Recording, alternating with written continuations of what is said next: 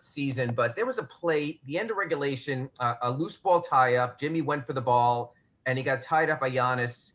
And it looked like from the angle I could see, you were trying to call timeout. I believe I might be wrong. Is it still, you didn't even have a mask on, but is it still sort of a difficult thing to get attention when the ball's on the other side of the court? And is there anything you coaches can do about that when you meet about that? Uh, I know there's something you can do. You can run out onto the court like I've done before in this building. I've also seen those plays turn into something. So yes, I was. Giannis made a great play. I mean, geez, his left arm came out of nowhere. Even though I was calling it at that vantage point, I didn't think he was in position to get a tie up. Thank you. All right, next we go to Mark Medina with the USA Today.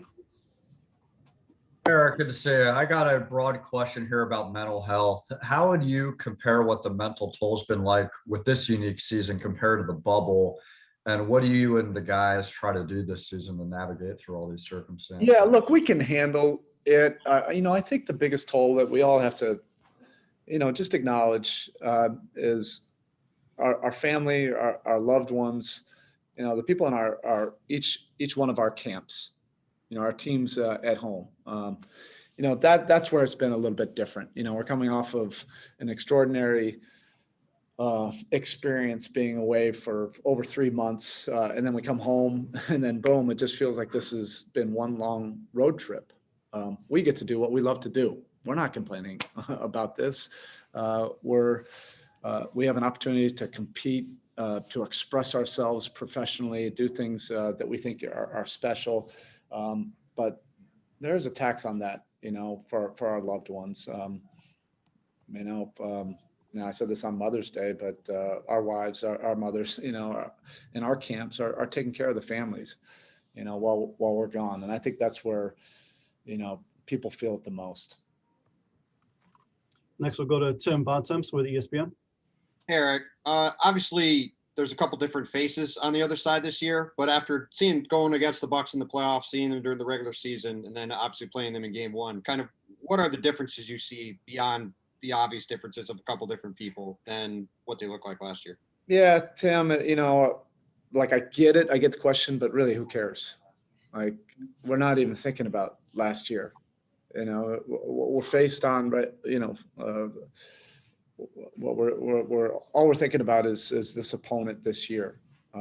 Each year is different. We're different. We're a different team. So even thinking about last year, it feels totally out of context, because our locker room has changed.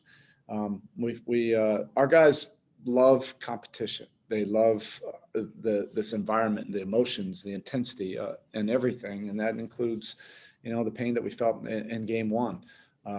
We're just looking forward to game two. This is where our focus is right now. It's the present moment. We're not thinking about that game last year. We're not thinking about, the rest of the series. We have a great opportunity tonight, but we have to play well, and we understand that. It's sort of along those lines. You've been through many long playoff runs, including last year, all the years with the Big Three. Do prior experiences carry over to the next year in moments like this, or do you just kind of lock in on what you're doing right now?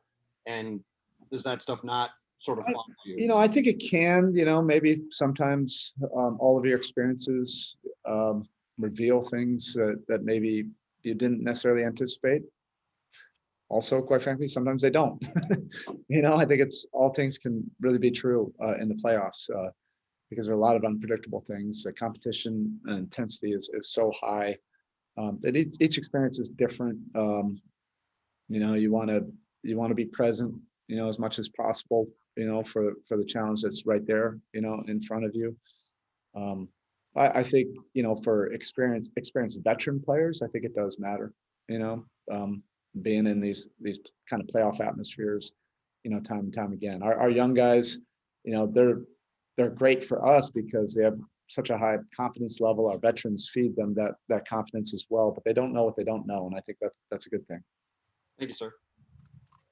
Next we go to Erik with The Athletic. Hey, Spo. Obviously, Chris hit that big shot late, but throughout the game, he was working in isolation. with someone that likes isolation shots as much as Chris does, kind of what do you tell your defenders to focus on when they are defending him? Because, I mean, it feels like you can have a good possession and he's still going to hit a shot on you. Yeah, look, that's what great players are going to do. You know, what do you want to do about it? You do something about it, and you can't expect it to be easy. He's a great player. He's a shot maker. If he gets to his spots, he makes it tough, and you know, we have to, you know, try to get him off those spots as the best that we can. Next, we go to Kane Pittman with Locked On Bucks. Hey, Eric, I had a question about Brook Lopez. I know you've seen the Bucks a few times this year, but Jimmy wasn't there. Since the All-Star break, they've really been using him a lot more within the perimeter, and I'm just wondering how that changes defensively. Is it significant, the changes that you make, or how you look at defending this team in the paint, whereas, you know, prior times it may have been Giannis and 4 guys out on the perimeter? You know, yeah, he's a former All-Star player, you know, that has that great size. So you have to account for him. It's not just beyond the 3-point line. I mean, he came into the league as somebody that was on the block and did a lot of his damage in the paint. You know, they're asking him to do different things at this point in his career, but he's still, you know, very effective, as we know. All right, Coach. Thank you. Thank you.